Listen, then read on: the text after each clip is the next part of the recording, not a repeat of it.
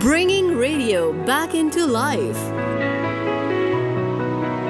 MUL Online Radio.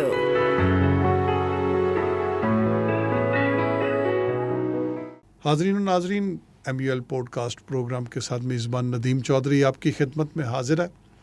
جیسا کہ ہم دیکھتے ہیں اور سنتے بھی ہیں اور آپ بھی ملاحظہ فرماتے ہیں کہ ہم اپنے پروگراموں میں ان مہمانوں کو لے کے آتے ہیں جو آپ کو نہ صرف ایسی معلومات دیتے ہیں، گفتگو کرتے ہیں، بلکہ آپ کو وہ راز بتاتے ہیں، سٹارٹ اپ بتاتے ہیں جن کو آپ اڈاپٹ کر کے، جن کے جو معلومات کے ذریعے آپ اس کے اوپر عمل کر کے اور اپنے فیوچر کو بہترین سے بہترین نہ صرف بنا سکتے ہیں بلکہ کامیاب زندگی کے اصول بھی وضع کر سکتے ہیں۔ کچھ ایسی ہی شخصیات میں سے ہربل میڈیسن کے ایک بہت نامور شخصیت ہیں جناب حکیم عثمان صاحب۔ حکیم عثمان صاحب جو ہیں وہ مرحبا لیبارٹریز پرائیویٹ لمیٹڈ کے چیف ایگزیکٹو بھی ہیں اور مرحبا فوڈ انڈسٹریز کے بھی وہ چیف ایگزیکٹو ہیں، ہمارے درمیان موجود ہیں۔ انہوں نے ایک طویل عرصہ سے حکمت کی دنیا میں، حکمت سے وابستہ بزنس کی دنیا میں اور حضور پاک صلی اللہ علیہ وسلم کا وہ نسخہ جس کو ہم کہتے ہیں کہ طب نبوی اور خوراک سے علاج کرنا، یہ سارے جو اس قسم کے ہمارے دیسی علاج معالجے کے طریقہ کار ہیں، ان میں انہوں نے ایک بڑا نام کمایا۔ آج ہمارے درمیان موجود ہیں، ہم ان سے گفتگو کریں گے ان کے بزنس سے متعلق، ہم ان سے باتیں کریں گے حکمت کی، ہم ان سے باتیں کریں گے اس بزنس کی جس کے اوپر انہوں نے ایک بہت بڑی امپائر کھڑی کی۔ آج ہمارے درمیان موجود ہے، ہم ان کو اپنے پروگرام میں خوش آمدید کہتے ہیں۔ جناب حکیم عثمان صاحب، آپ کو ویلکم کہتے ہیں ہم منہاج یونیورسٹی کی طرف سے اور اپنے ریڈیو پوڈ کاسٹ پروگرام کی طرف سے۔ سر یہ بتائیے، آپ اس بزنس سے وابستہ کیسے ہوئے اور وہ کون سی ایسی باتیں ہیں جو آپ کو اس بزنس کی طرف لے کے آئیں اور پھر اس بزنس کو آپ نے کامیابی کے مراحل سے کس طرح سے گزارا؟ ان مشکلات کا بھی ذکر کیجئے گا جو ابتدائی طور پہ آپ کے سامنے آئیں اور پھر ان کامیابیوں کا بھی ذکر کیجئے گا جس کی وجہ سے آج مرحبا کا نام پوری دنیا، بلکہ پاکستان نہیں پوری دنیا میں اس وقت پھیلا ہوا ہے۔ جناب تھینک یو، آپ کا بہت بہت شکریہ کہ آپ نے مجھے موقع دیا۔ 28 فروری 1970 کی بات ہے، جب میں 9th کلاس میں پڑھتا تھا تو میرے والد صاحب کا روڈ ایکسیڈنٹ ہو گیا اور ایٹ دی اسپاٹ ڈیتھ ہو گئی۔ لیکن اللہ تعالیٰ کے فضل و کرم سے میں نے 1 یا 1.5 سال سروس کی اور اس کے بعد میں نے بزنس کا آغاز کر دیا۔ تو یہ ہوتا ہے کہ انسان کی نیت کا بڑے دار و مدار ہوتا ہے، کوئی بھی کام کیا جائے۔ انما الاعمال بالنیات، انسان کی اگر نیت ٹھیک ہو تو اللہ تعالیٰ بھی مدد کرتا ہے، اور میرے ساتھ بھی ایسے ہی ہوا۔ میں تو سوچ بھی نہیں سکتا تھا، میں نے 300 روپیز سے کام کا آغاز کیا۔ وہ سب سے پہلی پروڈکٹ میری تھی گلیسرین، جو کوئی گلے کو لگاتے ہیں، 1 اونس پیکنگ میں اسٹارٹ کی۔ تو سٹیپ بائی سٹیپ میرا کام بڑھتا گیا اور پھر میں نے اپنے بھائیوں کو بھی ایک ایک کر کے شامل کر لیا، وہ بھی میرے بازو بن گئے اور کام بڑھتا گیا، اور اسی طرح سٹاف کو بھی ہائر کرتے رہے۔ لاہور سے سٹارٹ کیا، پورا لاہور مارکیٹنگ میں خود کیا کرتا تھا۔ پھر اس کے بعد دوسرے شہروں میں بھی جانا شروع ہو گیا، پاکستان کے سارے شہر جب وزٹ کر لیا تو پھر میں نے سوچا کہ پاکستان تو وزٹ کر لیا، اب پاکستان سے باہر بھی نکلنا چاہیے۔ لیکن میرے ذہن میں تھا کہ پاکستان سے باہر اس وقت نکلوں گا جب میرے پاس جو فرض ہے وہ کیا ہے کہ میں باہر جا سکوں اور حج نہ کروں، تو یہ تو اچھی بات نہیں۔ لہٰذا 86 میں نے حج کیا، اور اس کے بعد ماشاءاللہ ایسے راستے کھلے ہیں کہ میں خود حیران ہوں کہ اللہ تعالیٰ کا بہت ہی فضل و کرم ہے۔ اور میں تقریباً پاکستان سے باہر اس کے بعد 40 کنٹری کی ایگزیبیشن میں پارٹیسپیٹ کیا، اور بڑا اچھا رسپانس ملتا ہے۔ ایگزیبیشن کاروبار کو بڑھانے کا، پروڈکٹ کو متعارف کرانے کا بہترین ذریعہ ہے، کیونکہ اس سے پہلے میں نے پاکستان کی ایگزیبیشنوں میں پارٹیسپیٹ کیا، پھر پاکستان سے باہر 40 کنٹری میں جب کیا تو کام پھر اس طرح سلسلے بنتے چلے گئے، بڑھتا گیا۔ اچھا یہ بتائیے آپ نے حکمت سے پھر آپ مارکیٹنگ کی دنیا میں آئے, کیا آپ نے مارکیٹنگ کے لیے کوئی خاص تعلیم حاصل کی یا آپ نے مارکیٹنگ سے متعلق سٹاف کو اپنے ساتھ لیا اور وقت کے ساتھ ساتھ آپ نے اس کو آگے بڑھایا؟ ذرا اس تجربات کے حوالے سے بتائیے گا کہ مارکیٹنگ کرتے ہوئے اسپیشلی آپ نے بتایا کہ آپ نے پاکستان کے پہلے ہر شہر کو وزٹ کیا, پھر دنیا کے 40 کنٹریز میں آپ نے اپنی پروڈکٹ کو انٹروڈیوس کرایا.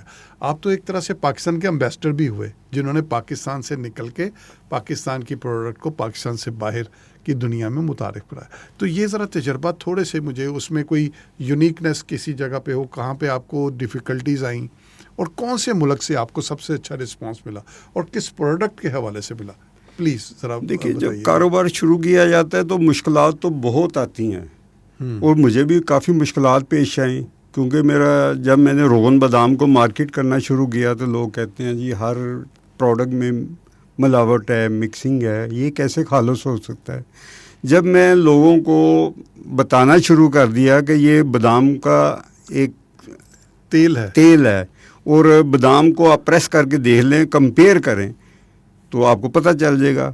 پھر اس طرح آہستہ آہستہ لوگوں کو جب تعارف کرایا اور ان کو اعتماد میں لیا اور لوگوں کو اعتماد آنا شروع ہو گیا مرحبا پروڈکٹ میں, تو پھر کام بھی بڑھتا گیا. تو یہ سارا جو ہوتا ہے نا, یہ انسان وقت کے ساتھ ساتھ سیکھتا ہے. تو میں نے تو یہی سیکھا ہے کہ کوالٹی ہے نا تو مارکیٹ آپ کی ہے. میں نے تو ابھی دوستوں کو یہی کہتا ہوں کہ ابھی ہم نے چاند کو فوکس نہیں کیا, صرف زمین کو کیا ہوا ہے. اور زمین کتنی بڑی ہے آپ سوچ نہیں سکتے. اتنا کام ہو سکتا ہے کہ آپ کی سوچ ختم ہو جائے گی, لیکن کام بہت زیادہ ہے کیونکہ دنیا بہت بڑی ہے. اور ایک ایک کرتے کرتے اب ماشاءاللہ 40 کنٹری میں ہمارا پروڈکٹ جا رہا ہے. تو اس کی وجہ یہ ہے کہ کوالٹی ہے جس کی وجہ سے لوگوں کا اعتماد بڑھ رہا ہے اور کام بھی بڑھ رہا ہے. ایگزیکٹلی یہ تو ایسی ہے جب کوئی میڈیسن, کوئی دوائی یا وہ ایسا آپ کا فارمولا جو لوگوں کو فائدہ پہنچاتا ہے, جس سے ان کو شفا ملتی ہے, جس سے ان کی صحت کے معاملات میں بہتری آتی ہے, تو وہ اپنی پبلسٹی خود کر رہی ہوتی ہے. بالکل ایسے ہی ہے. تو یہ بتائیے گا کہ آپ نے حکمت کا یہ شعبہ یہی کیوں چنا؟ اس کے علاوہ اور بھی تو بہت سے راستے تھے. بچپن سے جو اخبار میں مضمون آتے تھے طب اور جڑی بوٹیاں کے متعلق, وہ خصوصی طور پر میں پڑھتا تھا اور باقاعدہ کٹنگ کر کے رکھ لیا گیا تھا. اور اس کے علاوہ میں جب MCA اسکول مزنگ پڑھتا تھا تو وہاں خبر نامہ ہمدرد, کیونکہ ہمدرد کا مطلب پاس ہی تھا, تو ان کا خبر نامہ ہمدرد پڑھنا شروع کیا. اور میں حکیم سعید صاحب سے بھی کافی متاثر ہوا کہ دیکھیں کس طرح انہوں نے ایک چھوٹے سے پیمانے سے شروع کر کے کتنے بڑے اسکیل پر لے گئے. تو میں اس کے علاوہ اور بھی اپنے آپ کو بہت خوش قسمت سمجھتا ہوں کہ میں اللہ تعالیٰ کی عطا کردہ جڑی بوٹیوں اور پھولوں کو مارکیٹ کر رہا ہوں. کیونکہ میں نے جب ریسرچ کیا کہ اس سے بہتر کوئی چیز نہیں, کیونکہ اس میں سائیڈ افیکٹ نہیں, انسان کے لیے زیادہ مفید ہیں. کیونکہ جتنا آپ نیچر کے قریب جائیں اتنا ہی آپ بہتر رہتے ہیں, جتنا آپ نیچر سے ہٹیں گے آپ کو پرابلم آئیں گی. اچھا ہم نے ایک چیز دیکھی ہے بہت زیادہ, یہ جو فارماسوٹیکل کمپنیاں ہیں انگریزی ادویات بناتی ہیں جیسے کہ, اور اس کے حوالے سے ڈاکٹر خود اب ان کی ادویات کو مارکیٹ بھی کر رہے ہوتے ہیں, ان کے ترجمان بھی بنے ہوتے ہیں. وہ دیسی ادویات کے حوالے سے بڑی ریزرویشن رکھتے ہیں, لیکن میں نے بہت سے ایسے ڈاکٹر بھی دیکھے ہیں جو علاج تو کر رہے ہوتے ہیں مریضوں کا, لیکن وہ اس کے ساتھ ساتھ دیسی ادویات بھی استعمال کرا رہے ہوتے ہیں. تو یہ کیا فنومینا ہے, آپ اس کو کس نظر سے دیکھتے ہیں کہ طریقہ علاج تو یہ ہے اور یہ چونکہ مقامی ہے اور وہ انگریزی طریقہ علاج جو ہے وہ انگریزوں کا ہے, تو اس کا آپس میں کانفلکٹ بہت زیادہ ہے. ایک بات تو یہ ہے, اور اس کے بعد ہم یہ دیکھتے ہیں کہ فارماسوٹیکل کمپنیوں کا طریقہ کار بالکل ڈیفرنٹ ہے, ان کے قوانین ڈیفرنٹ ہے, حکومت بھی ان کو الگ سے ٹریٹ کرتی ہے. اور آپ کو الگ سے کیوں ٹریٹ کرتی ہے؟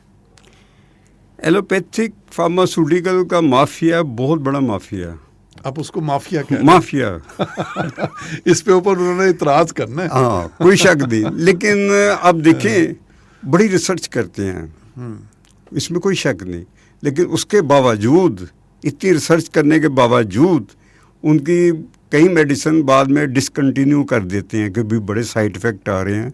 تو وہ کیا وجہ, کیوں شروع میں ان کو نہیں پتہ چلتا؟ بلکہ فارماسوٹیکل کے حوالے سے ایک سب سے زیادہ ریزرویشن اسی چیز کی ہے کہ انگریزی دوائی آپ کوئی بھی لے لیں, ایلوپیتھک میڈیسن میں آپ کہیں بھی چلے جائیں, اس کے سائیڈ افیکٹ 100% ہوتے ہیں. جی. آپ کوئی بھی بچہ ذرا بیمار ہوتا ہے, اس کو ہائی پوٹینسی کی وہ دیتے ہیں میڈیسن, اور اس کے بچے کا کوئی نہ کوئی سائیڈ افیکٹ اس کے ضرور نکل آتے ہیں, اور اکثر لیور خراب ہو جاتا ہے, پھر وہ لیور کی الگ سے دوائی دیتے ہیں, اس کے سر درد الگ ہو جاتا ہے, سر درد کی الگ, اگر اس کی جسم میں درد ہے اس کی پھر الگ دوائی.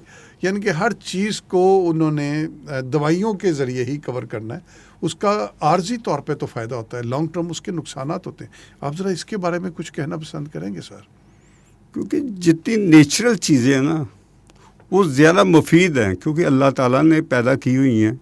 ہمیں ہمارا ایمان ہے کہ اس میں شفا زیادہ ہے, کیونکہ وہ نیچر ہے, وہ سائیڈ افیکٹ نہیں ہوتے ان کے. ٹھیک ہے بعض کا اس کا اثرات دیر سے ہوتے ہیں, لیکن ان کے سائیڈ افیکٹ نہیں ہوتے. اور اس وقت پوری دنیا میں نیچرل آیورویدک پروڈکٹ کا بزنس بڑھ رہا ہے. اس کی وجہ یہی ہے کہ لوگوں نے اب سمجھ لیا ہے کہ یہ زیادہ صحت کے لیے مفید ہیں. آرگینک اس کو سمجھا جاتا ہے, آرگینک نیچرل. اچھا یہ بتائیے, ہماری حکومتیں, ہم سب سے زیادہ جو ہیلتھ ہماری منسٹریاں ہیں وہ اسپیشلی یعنی کہ میڈیکل یونیورسٹیاں اور فارماسوٹیکل کمپنیز کے ایک بہت زیادہ بجٹ رکھتی ہیں, جبکہ ہربل کے لیے, دیسی ادویات, یہ طریقہ علاج سستا بھی ہے. حکمت کے لیے وہ یونیورسٹیاں بھی نہیں بنائی, کوئی سرکاری سطح پہ یونیورسٹی کوئی اس وقت نہیں ہے. تو پرائیویٹ سیکٹر اپنے طور پر حکمت کو لے کے چل رہا ہے اور پرائیویٹ سیکٹر ہی اس کو چلا رہا ہے. گورنمنٹ کی سرپرستی اس میں آپ کو کیوں نہیں حاصل؟ کیونکہ جو فارما کا مافیا ہے نا وہ زیادہ اسی منسٹری آف ہیلتھ پہ ان کا زیادہ اثر و رسوخ ہے. تو اسی لیے بجٹ جو رکھا جاتا ہے وہ زیادہ میڈیکل کالجوں کے لیے, اب طبی کالج کے لیے بجٹ دیں گے کتنا محدود ہے, بہت کم ہے. تو پھر لوگوں کی توجہ اس طرف نہیں ہوتی, کیونکہ اس لیے حکومت کو چاہیے کہ انصاف کرے اور ایکول لیول پر لے کر چلے, پھر رزلٹ دیکھے. اب دیکھیے انڈیا ہے, چائنا ہے, انہوں نے اس فیلڈ میں آ کے کتنا آگے بڑھ گئے ہیں اور ٹھیک ٹھاک ایکسپورٹ کر رہے ہیں, اور ہمیں بھی اس طرف کام کرنے کی ضرورت ہے. اچھا اس میں جو بات میں آپ سے کرنا چاہ رہا تھا کہ اس کا ایک اور بھی پہلو ہے اس بات کا کہ ہربل طریقہ علاج, ہربل ادویات یہ سستی بھی ہیں, اور حکیم جو ہیں اس کو پڑھنے میں, چونکہ وہ اردو زبان کے اندر اس کا سارا لٹریچر ہے, اس کو پڑھنے میں اور سیکھنے میں بہت آسانی ہے. جبکہ دوسری طرف ہم دیکھتے ہیں وہ بالکل ہماری اپنی قومی زبان نہیں, انگریزی زبان میں جا کے آپ کو ساری ریسرچ کرنی پڑتی ہیں, اور اس کے اوپر آپ کو ہائر ایجوکیشن کے لیے ملک سے باہر جانا پڑتا ہے, کروڑوں روپے خرچ کرنے پڑتے ہیں. اور جبکہ یہ سستا طریقہ علاج ہے, ریسرچ بھی آپ نے یہیں پہ کرنی ہے, اس کو آزمانا بھی یہیں پہ. تو یہ سستے طریقہ علاج کو آپ پروموٹ حکومت کو کرنا چاہیے. اس حوالے سے حکومت سے آپ کی کوئی ڈیمانڈ, کوئی مانگ ہے کہ تجویز کرتے ہیں گورنمنٹ کو کہ اس کو کیا اس حوالے سے انیشیٹو لینے چاہیے؟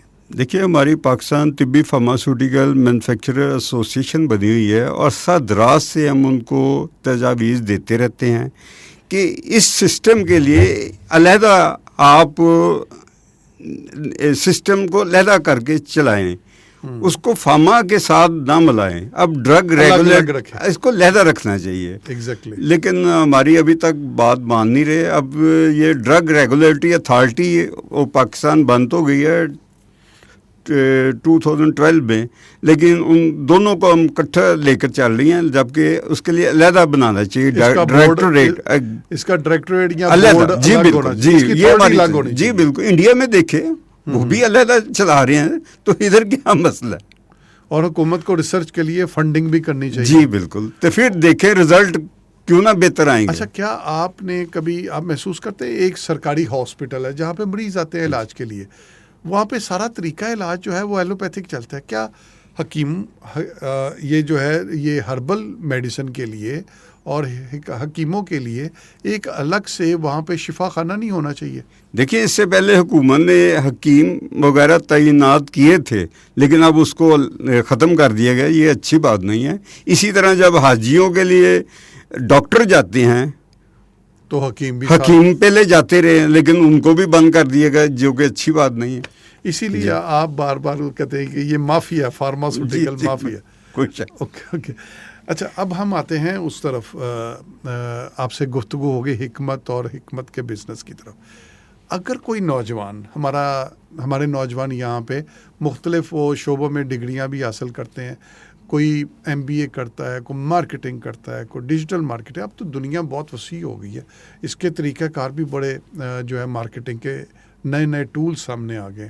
تو جو نوجوان ہربل میڈیسن کے حوالے سے، حکمت کے حوالے سے اور دیسی ادویات کے حوالے سے کوئی اپنی اس کاروبار میں آنا چاہتا ہے، اس بزنس میں آنا چاہتا ہے، تو اس کے لیے بہترین سٹارٹ اپ کیا ہے، بہترین ماڈل کیا آپ پیش کرتے ہیں کہ اس کے لیے آسانی بھی ہو اور اس میں سلسلہ روزگار بھی بڑھتا چلا جائے؟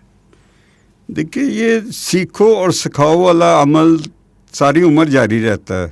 تو اس کے لیے پہلے تو بچوں کا انٹرسٹ ہونا چاہیے کہ وہ کس فیلڈ میں جانا چاہتا ہے. تو میں تو یہی کہوں گا کہ اس فیلڈ میں بہت زیادہ سکوپ ہے اور اس کے لیے پہلے اس پہ اسٹڈی کرے اور پھر جو اس طرح کے ادارے ہیں اس میں کام کرے تاکہ پہلے کچھ تھوڑا بہت نالج اس کو ملے تو پھر بزنس اسٹارٹ کرنے میں آسانی ہوگی. اچھا، یہ دو شعبے ہیں. ایک تو شعبہ یہ ہے جس کو کہتے ہیں حکمت قدا، جس میں حکیم صاحب جو ہے وہ مریضوں کو دیکھتے ہیں جس طرح ڈاکٹر دیکھتا ہے، کلینک ہے یہ. اور دوسرا جو ہے وہ ہے ہربل میڈیسن کا بزنس. جی.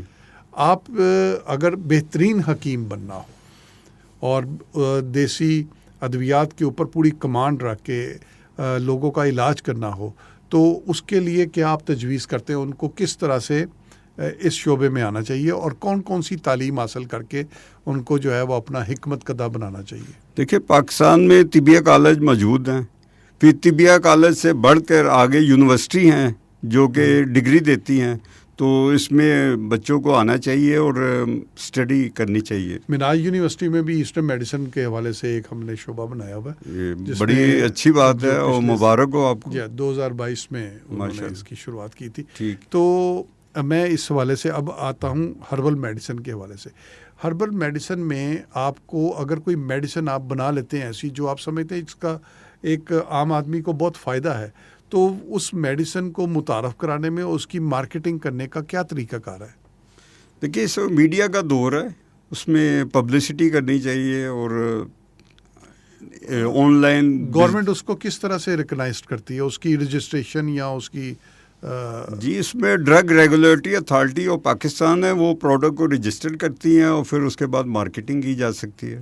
وہاں سے آپ کو لائسنس لینا پڑتا ہے یا اپنی کمپنی رجسٹر کرا کے انرول کرنا پڑتا ہے؟ نہیں، پروڈکٹ کی رجسٹریشن، پہلے کمپنی کی رجسٹریشن پھر پروڈکٹ کی رجسٹریشن ہوتی ہے، اس کے بعد مارکیٹنگ کی جا سکتی ہے. یعنی کہ آپ کا کہنے کا اگر کوئی اس بزنس میں آنا چاہتا ہے پہلے وہ کمپنی بنائے گا، اس کے بعد پھر جو میڈیسن وہ تیار کرے اس کی رجسٹریشن کرے گا، اس کے بعد پھر اس کو اس کی مارکیٹنگ کرے گا.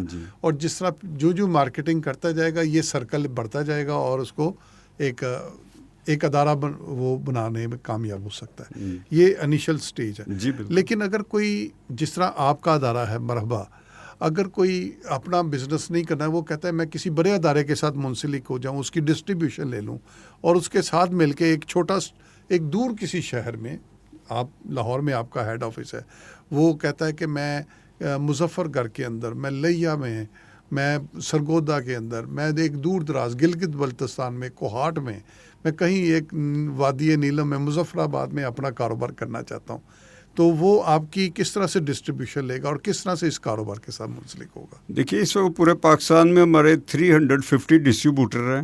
350؟ جی ہاں. تو ہم ویلکم کرتے ہیں جو بھی اس کاروبار میں آنا چاہتے ہیں، ہم اس کو ویلکم کرتے ہیں اور ضرور موقع دیتے ہیں.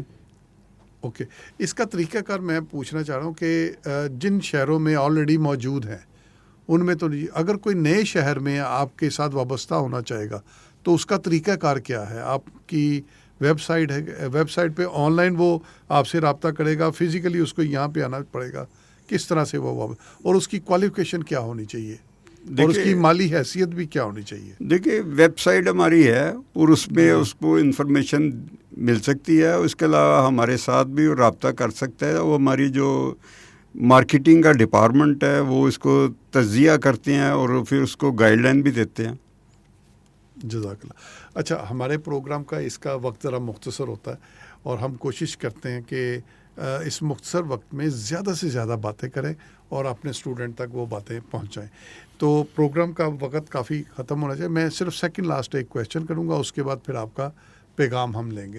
یہ بتائیے کہ مناج یونیورسٹی میں آپ آئے ہیں اور یہاں پہ ہمارا ایسٹرن میڈیسن کا ہمارا ایک شعبہ بھی ہے، تو آپ ان بچوں کے حوالے سے ان کو کوئی گائیڈ لائن اگر دینا چاہتے ہیں، چونکہ وہ حکیم بن کر اور مارکیٹ میں جب آئیں گے تو ان کو سب سے پہلے کیا کرنا چاہیے؟ ان کو گائیڈ لائن، ان کے پرنسپل اصول کیا ہونے چاہیے؟ کس طرح سے ان کو اپنی پریکٹیکل لائف میں آنا چاہیے؟ سب سے بڑھ کر یہ ہے کہ اسٹوڈنٹ کو دلچسپی ہونی چاہیے، اور اس دلچسپی ہوگی تو وہ پوری طرح اسٹڈی کریں گے. اور اس وقت پوری دنیا میں نیچرل ہربل کا کام بہت بڑا ہے اور اس وقت ضرورت ہے، ہمیں بھی ضرورت ہے اچھے اسٹوڈنٹ کی. تو بہت زیادہ اسکوپ ہے، بہت زیادہ اسکوپ ہے. آپ ہمارے اسٹوڈنٹ کے لیے کوئی پیغام دینا چاہتے ہیں؟ بس اسٹوڈنٹ کو یہی کہوں گا کہ اس فیلڈ میں آئیں اور کام کریں، بہت زیادہ اسکوپ ہے. اور میں یہی کہوں گا کہ اللہ تعالیٰ نے اس وقت ہماری فیکٹری میں 500 جڑی بوٹیاں استعمال ہو رہی ہیں، لیکن اس وقت ہزاروں کے حساب سے جڑی بوٹیاں پیدا ہو رہی ہیں. اگر ہم اس کو استعمال میں لے آئیں تو یہی عقل مندی ہو گئی اور یہی آپ کے لیے فائدہ مند ہو گئے. حاضرین و ناظرین، آپ نے حکیم عثمان صاحب کی گفتگو سنی. مرحبا لیبارٹریز کے حوالے سے ان کا نام بہت جانا پہچانا ہے، اور مرحبا کی پروڈکٹ تو آپ کہیں نہ کہیں کسی نہ کسی صورت میں آپ نے کبھی نہ کبھی استعمال ضرور کی ہوگی. لیکن ان کا جو سب سے بنیادی انہوں نے ابھی اپنے پیغام میں بات کی وہ یہ تھی کہ جو اسٹوڈنٹ، جو طالب علم پریکٹیکل لائف میں اس شعبے سے وابستہ ہونا چاہتا ہے، سب سے پہلی چیز کہ اس کو اپنے کام سے عشق ہونا چاہیے، اس کو اپنے کام سے پیار ہونا چاہیے، اور اس کو اس کے اوپر پوری تعلیم کی بنیادی ڈگری حاصل کرنے کے بعد وہ ایسے لوگوں کے ساتھ، ایسے اداروں کے ساتھ منسلک ہو جہاں پہ اس کو عملی تجربہ حاصل ہو. پھر وہ ریسرچ کرے اور اس کے بعد وہ اپنی عملی زندگی میں قدم رکھے. تو جتنا آپ اپنے شعبے سے محبت کریں گے، جتنی آپ کو اپنے شعبے سے لگاؤ ہوگا اور اپنے کام کو کرتے ہوئے جتنا آپ انجوائے کریں گے، اتنا ہی آپ پریکٹیکل لائف میں آ کے کامیابی حاصل کر سکتے ہیں. بہت سی ایسی باتیں ہیں کہ جن کو ہم سنتے بھی ہیں، دیکھتے بھی ہیں، لیکن بقول شاعر کہ تو شاہین ہے پرواز ہے کام تیرا، تیرے سامنے آسمان اور بھی ہیں. اپنے انہی الفاظ کے ساتھ اور حکیم عثمان صاحب کی اجازت سے پروگرام کا وقت ختم ہوا چاہتا ہے. ندیم چودھری کو اجازت دیجیے. اللہ حافظ. Bringing radio back into life. MUL Online Radio.